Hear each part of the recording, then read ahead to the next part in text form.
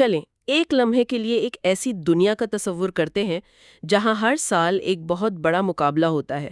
نام ہے the long walk. لیکن یہ کوئی عام ریس نہیں ہے۔ بالکل نہیں، اس میں کوئی فائنل لائن نہیں ہے۔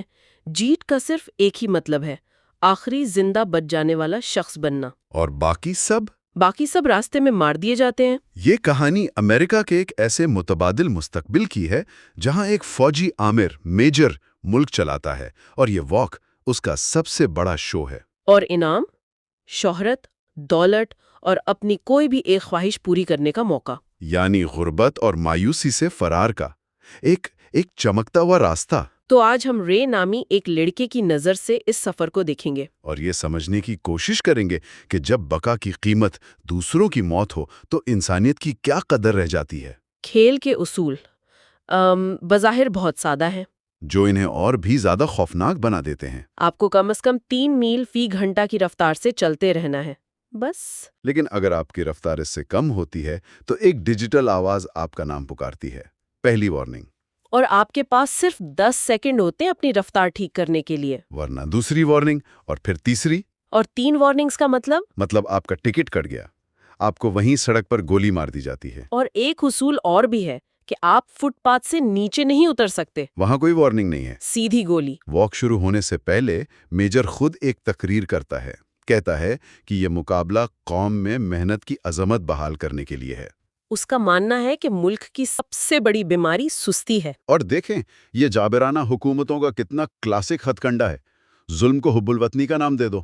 صحیح، اسے ایک ضرورت بنا کر پیش کرو۔ بالکل، یہ مقابلہ دراصل خوف کے ذریعے ہر ایک کو کنٹرول کرنے کا ایک طریقہ ہے، صرف چلنے والوں کو نہیں، دیکھنے والوں کو بھی۔ شروع میں لڑکوں کے درمیان ایک عجیب سی دوستی کا ماحول بن جاتا ہے، مذاق، کہانیاں۔ وہ شاید حقیقت سے نظریں چرا رہے ہوتے ہیں۔ رے کی دوستی بھی پیٹر نامی لڑکے سے ہو جاتی ہے، لیکن پھر کھیل شروع ہونے کے کچھ ہی گھنٹوں بعد حقیقت ان کے سامنے آ کھڑے ہوتی ہے۔ ہاں، کرلی نامی لڑکے کے ساتھ جو ہوا۔ اس کی ٹانگ میں شدید درد شروع ہو جاتا ہے، وہ لڑکھڑانے لگتا ہے۔ اور پھر وہ آواز گونجتی ہے، وارننگ، کرلی۔ وہ کوشش کرتا ہے لیکن درد بہت زیادہ ہے۔ دوسری وارننگ۔ اور پھر وہ گر جاتا ہے، دوست چیختے ہیں، ہمت بندھاتے ہیں، لیکن آخری وارننگ، کرلی۔ اور پھر گولی کی آواز۔ اور ایک دم خاموشی۔ یہ وہ لمحہ تھا جب ان سب کے لیے یہ کھیل ختم ہو گیا اور ایک بھیانک حقیقت شروع ہوئی۔ ان کے سامنے ایک لاش پڑی ہے، اب یہ کوئی مقابلہ نہیں رہا۔ اس صدمے میں رے خود اتنا سست ہو جاتا ہے کہ اسے بھی ایک وارننگ مل جاتی ہے۔ اور پیٹر اسے دھکا دے کر ہوش میں لاتا ہے کہ چلتے رہو۔ کرلی کی موت کے بعد کھیل کا ایک نیا مرحلہ شروع ہوتا ہے۔ اب یہ صرف جسمانی برداشت کا امتحان نہیں رہا۔ اب یہ ایک نفسیاتی جنگ بن جاتی ہے، ایک دوسرے کو ذہنی طور پر توڑنے کی۔ اور گیری نامی لڑکا اس کی سب سے بڑی مثال ہے۔ ہاں، وہ جان بوجھ کر سسٹم کو للکارتا ہے، اچانک رک جاتا ہے، بہانہ کرتا ہے کہ جوتے میں کنکر ہے۔ وہ حد کو آزما رہا ہے، اسے پہلی وارننگ ملتی ہے، پھر دوسری، اور بالکل آخری سیکنڈ میں دوبارہ چلنا شروع کر دیتا ہے۔ وہ دکھانا چاہتا ہے کہ اسے ڈر نہیں لگتا، کہ وہ اس سسٹم سے زیادہ چالاک ہے۔ لیکن اس کی یہ چالاکی جلد ہی ایک بہت گھناؤنی شکل اختیار کر لیتی ہے۔ جب وہ رینک نامی ایک لڑکے کو اپنا نشانہ بناتا ہے، وہ مسلسل اس پر تانے کستا ہے، اسے اکساتا ہے، یہاں تک کہ رینک غصے میں اپنا آپا کھو بیٹھتا ہے اور گیری پر حملہ کرنے کے لیے دوڑتا ہے۔ اور بس یہی گیری چاہتا تھا۔ رینک لڑکھڑا کر گر جاتا ہے اور اسے بھی گولی مار دی جاتی ہے۔ گیری نے اسے ہاتھ بھی نہیں لگایا، لیکن اس کی موت کا ذمہ دار وہی تھا۔ اور نظام کی بے رحمی وہ تو چھوٹی چھوٹی چیزوں میں نظر آتی ہے۔ ہاں، جیسے بنیادی انسانی ضروریات، وہ بھی موت کا سبب بن سکتی ہیں۔ ایک لڑکا چلتے ہوئے رفع حاجت کرنے کی کوشش کرتا ہے، سست ہوتا ہے اور مار دیا جاتا ہے۔ ان سے ان کی بنیادی انسانیت چھینی جا رہی تھی۔ ویسے یہاں تماشائیوں کا کردار بھی بہت اہم ہے۔ بالکل، سڑک کے دونوں طرف ہزاروں لوگ، وہ خوش ہو رہے ہیں، نعرے لگا رہے ہیں۔ وہ اس موت کے کھیل کو ایک تفریح کے طور پر دیکھ رہے ہیں۔ اور یہ معاشرتی کنڈیشننگ کی بہترین مثال ہے۔ اس نظام نے لوگوں کو یہ یقین دلا دیا ہے کہ یہ سب کچھ عظیم ہے۔ یہ مقابلہ صرف چلنے والوں کے لیے نہیں، بلکہ دیکھنے والوں کے لیے بھی ایک امتحان ہے۔ صحیح کہا، یہ ان کی انسانیت کو ختم کر رہا ہے، انہیں دوسروں کے دکھ پر خوش ہونا سکھا رہا ہے۔ اسی ماحول میں رے ایک چھوٹی سی بغاوت کرتا ہے۔ جب ایک رپورٹر اس سے پوچھتا ہے ہاں، وہ کیمرے میں دیکھ کر کہتا ہے کہ ہم یہاں اپنی مرضی سے نہیں آئے، غربت اور مایوسی نے ہمیں مجبور کیا ہے۔ وہ اس چناؤ کے وہم پر حملہ کرتا ہے جس پر یہ پورا نظام کھڑا ہے۔ وہ کہتا ہے یہ کوئی انتخاب نہیں تھا۔ یہ ایک بہت بہادرانہ قدم ہے۔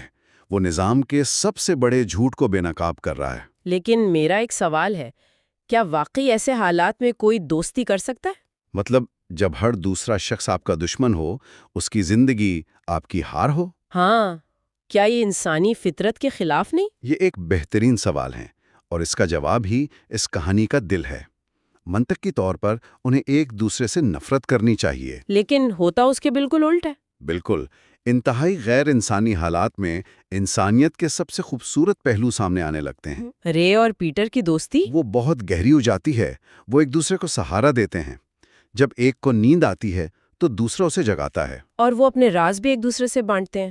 رے پیٹر کو بتاتا ہے کہ اس کا یہاں آنے کا اصل مقصد کیا ہے۔ اس کے والد ایک استاد تھے جنہیں میجر نے پھانسی دے دی تھی۔ کیونکہ وہ فلسفہ جیسے ممنوعہ مضامین پڑھاتے تھے۔ دکھ مانگے گا اور میجر کو وہیں سب کے سامنے مار دے گا۔ اس کا مقصد انعام نہیں، انتقام ہے۔ اور یہ دوستی بذات خود نظام کے خلاف ایک خاموش مزاحمت ہے۔ بالکل، یہ مقابلہ انہیں دشمن بنانے کے لیے ڈیزائن کیا گیا تھا، لیکن وہ اس کے بجائے بھائی بن جاتے ہیں۔ پیٹر کی کہانی بھی کچھ کم تکلیف دہ نہیں۔ وہ جنگ میں یتیم ہو گیا تھا۔ اور اس کا خواب ہے کہ وہ جیت کر یتیم بچوں کے لیے گھر بنائے گا۔ ان کے مقاصد ذاتی نہیں ہیں۔ اور یہ جذبہ صرف ان دونوں تک محدود نہیں۔ جب ہانک نامی ایک لڑکا مارا جاتا ہے تو باقی سب وعدہ کرتے ہیں کہ جو بھی جیتے گا وہ انعامی رقم کا ایک حصہ اس کی بیوی کو دے گا۔ یہاں تک کہ گیری آخر میں ٹوٹ جاتا ہے اور اپنے کیے پر پشمان ہوتا ہے۔ لیکن جیسے جیسے واک آگے بڑھتی ہے، لڑکے جسمانی اور ذہنی طور پر ٹوٹنے لگتے ہیں۔ صبح تک 50 میں سے صرف 18 باقی رہ جاتے ہیں۔ اور پھر انہیں خوفناک فیصلہ کرنا پڑتا ہے۔ ہاں، سٹیبن سب سے کہتا ہے کہ اگر ہم اسی طرح ایک دوسرے کی مدد کرتے رہے تو یہ واک کبھی ختم نہیں ہوگی۔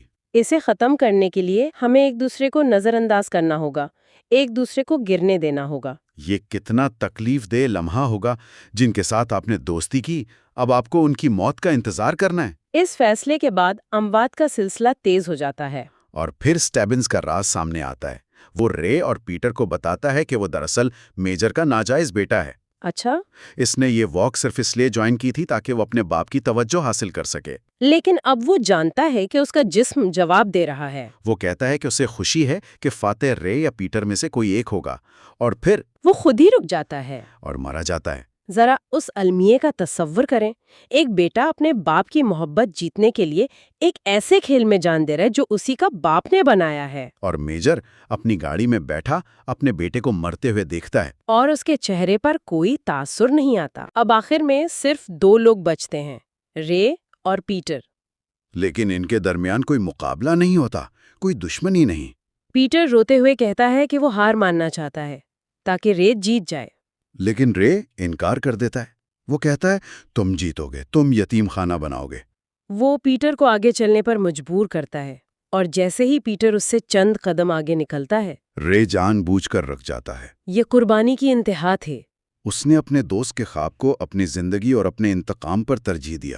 سپاہی رے پر بندوق تانتے ہیں، لیکن اس بار میجر خود اپنی گاڑی سے اترتا ہے اور آخری گولی چلاتا ہے۔ پیٹر، جو اب فاتح ہے، اپنے دوست کو اپنی آنکھوں کے سامنے مرتے دیکھ کر ٹوٹ جاتا ہے۔ اور یہی اس کہانی کا مرکزی نقطہ ہے۔ پیٹر نے مقابلہ جیت لیا، لیکن کس قیمت پر؟ کیا یہ واقعی جیت ہے؟ نظام نے ایک فاتح تو بنا دیا، لیکن اس کی روح کو کچل دیا۔ فتح کا جشن ایک گہرے سوگ میں بدل جاتا ہے۔ لیکن کہانی یہاں ختم نہیں ہوتی۔ نہیں ہوتے۔ ہے اسے مبارکباد دیتا ہے اور اس سے اس کی خواہش پوچھتا ہے، اور پیٹر کہتا ہے کہ اسے انعام میں ایک سپاہی کی رائفل چاہیے تاکہ وہ اسے اپنی جیت کی نشانی کے طور پر رکھ سکے۔ اور یہاں نظام کا تکبر دیکھیں۔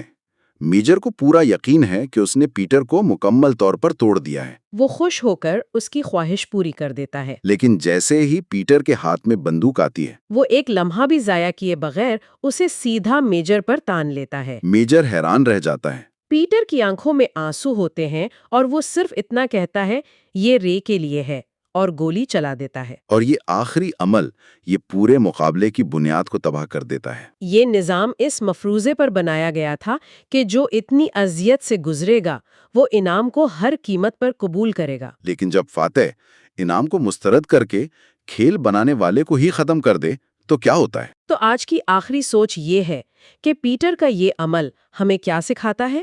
یہ ہمیں اس بات پر غور کرنے پر مجبور کرتا ہے کہ کیا ظلم پر مبنی نظام واقعی انسانی روح کو کنٹرول کر سکتا ہے یا وہ آخر کار اپنی تباہی کے بیج خود ہی بوتا ہے؟